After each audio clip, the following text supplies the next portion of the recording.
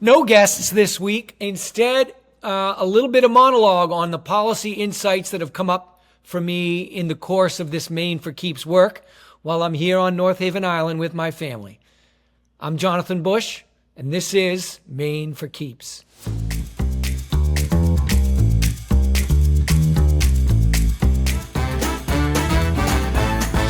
North Haven's the place where I really got my first taste of Maine's neighborly superpowers. I was a single dad for a chapter, my toughest chapter of my life, and I got my boat stuck in the mud, and I had to make it to the handoff, or maybe I wouldn't be considered a worthy parent to co-parent, to have shared custody. And a neighbor who I knew, and he knew me, but I don't know that we were the best of friends, just stepped right in and said, I got this, got truck and tackle and friends, and took care of it so I would make that handoff. And after that, other little examples of somebody being available to babysit or have the kids over, or just take me aside and say that I was going to be okay, that I was a good person, that this would end, the kids would be fine. All of which turned out to be true. This is the place where I think I became the most fanatic of Maine optimists. It was Mid-Coast Maine, in that Belfast Operations Center, where I realized I got a real peak. I'd been a Maine lover, resident, etc. my whole life, but as with many Mainers, left to get my American dream in. Thought that there wasn't the economic opportunity necessary for me to make a play and make my way. But then I ramped up this operations center in Belfast, and I got a taste of the resiliency, the flexibility in work that comes from Maine work life. I mean, maybe it comes from the seasons, or both the seasons of the weather, but also the fishing seasons opening and closing, and this is allowed and that's not allowed. And so people flex. But in the workplace, where things get automated and shifted over time, that turned out to be a superpower. I had employees in 50 states and some countries around the world, but there was none of them compared to the Maine workforce. It was towards the top, it was 1,000 employees, and they were changing jobs almost every year. This was their job this year, and then they changed it in some other way, learned some other one, and that one got automated, and they stepped into the new one. And when you think about AI coming down the pike, the need to shift your work to fit what's left and do it better is critically important. And I think Maine culture, work culture, is uniquely suited to win in that. We should all be Maine fanatic optimists.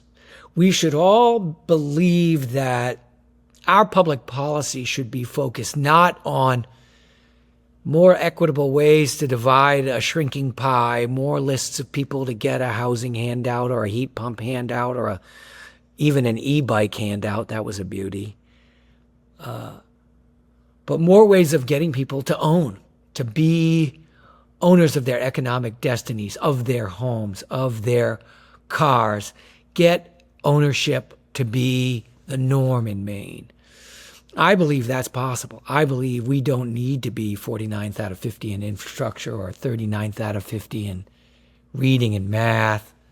I don't believe we need to be making excuses for why we are and accepting it with big fancy reports like Measure What Matters. That's a beauty if you've got an afternoon to go crazy with a book. I believe that we should be planning to be the national strategic housing reserve. Take our 6 million acres of woods that we reuse and start making cross-laminated timber construction, manufactured construction, and selling it across the country. Obviously, hopefully we get our own housing shortage solved first, make it much more affordable and easy to build here so that we can build more stock and then the average price can come down. But also make it an export sector. Same thing with our fisheries. We wiped out our bottom fish in the 70s and maybe into the early 80s. But we have the ability to grow bottom fish, and we don't do it very well. We don't do it at all. We make it impossible on people who want to try. We should be a giant green protein export powerhouse for this country. We should be better than we already are at tourism, better than we already are at our national and state parks being gorgeous and attractive. I just feel like there's so much to do in Maine that we don't even scratch the surface on today. Turning inward and talking about how divide a shrinking pie rather than make more pie seems crazy.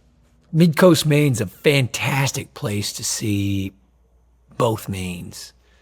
Just the searing beauty of the place, the trappings of its former economic dominance. You can go out and see islands that used to have bustling quarries of 1,000 families. You can see the carcasses of North Haven had 70 working farms with a ship that would go through and sell live produce into the Boston market every day. Thomaston and Tennant's Harbor had some of the most sophisticated shipbuilding yards. Buildings in Princeton University are named after families from Tennant's Harbor that built those ships. They were the Silicon Valley of the turn of the century trade routes when we still had wooden ships. You see what Maine was, what Maine can be in the overgrown fields and along the shorelines and every turn. And I can't help but wonder when we get to be that again. I see constant reminders that we can be in the flexibility of our workforce, in the extraordinary unused majesty of our natural resources, and in the culture. This is a flexible, funny, creative, good-natured crowd out here. And we can be anything if we give ourselves permission. When you're here, you also see the other side of it. You see the spike in transfer payments, in government subsidies of this or that. You see the poverty. You don't have to go too far off the coast in Waldo County to see a different, or Knox County in particular, to see a different Maine, to see drug addiction, to see a kind of learned helplessness, a learned desire to not try, to not seek employment anymore, to just ride it, ride the couch, ride the handout, and ride the drug.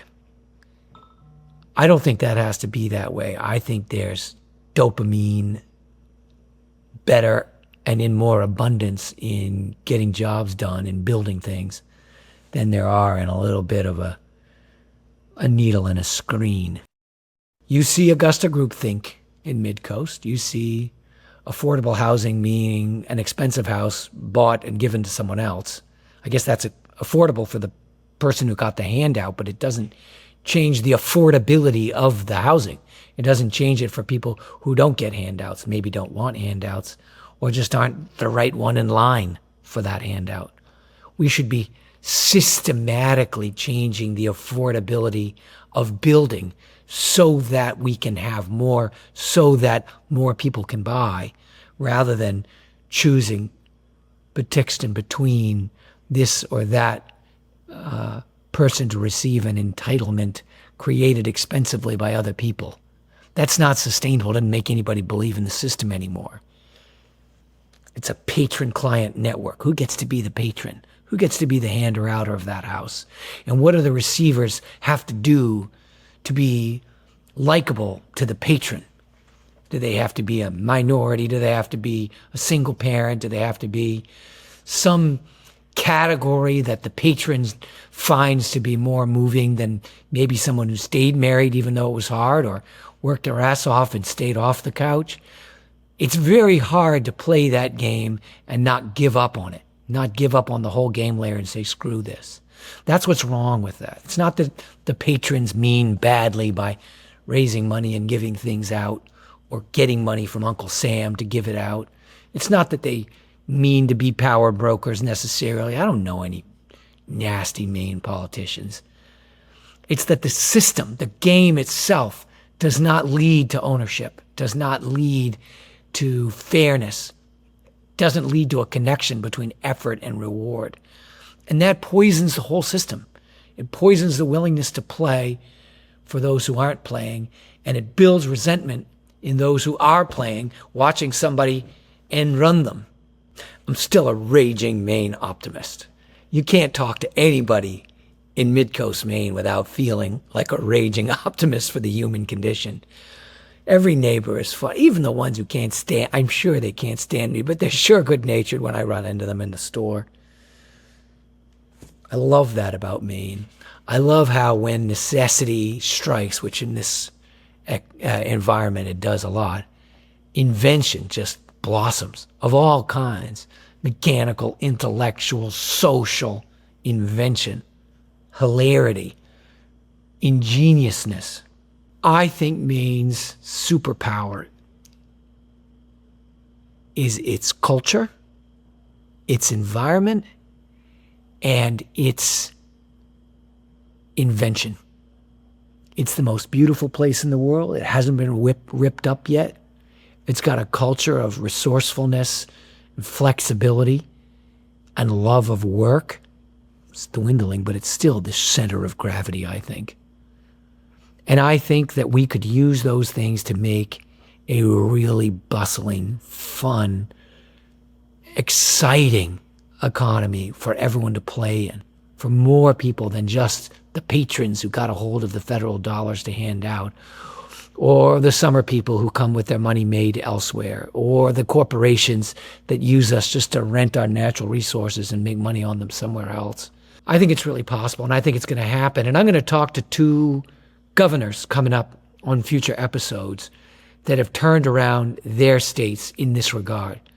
One's Charlie Baker, who was governor of Massachusetts for 2 terms, and one's Mitch Daniels, who was governor of Indiana for 2 terms. Particularly Mitch walked into a really troubled state that was busted, bottom of the top list and top of the bottom list, just like Maine. And he worked little by little to chisel away excess, to make room to cut taxes, to make room to bring in businesses, to make it easier for people to start businesses right there in the state, and made a huge difference in that state. It looks unrecognizable today from when he walked in, just like Maine will.